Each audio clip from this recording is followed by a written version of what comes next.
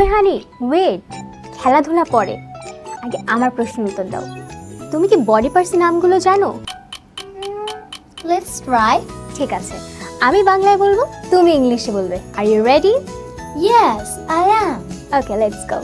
এখন তুমি আমাকে বলো, আমরা আমাদের মাথাকে কি বলি? হেড। আমাদের নাককে কি বলবো?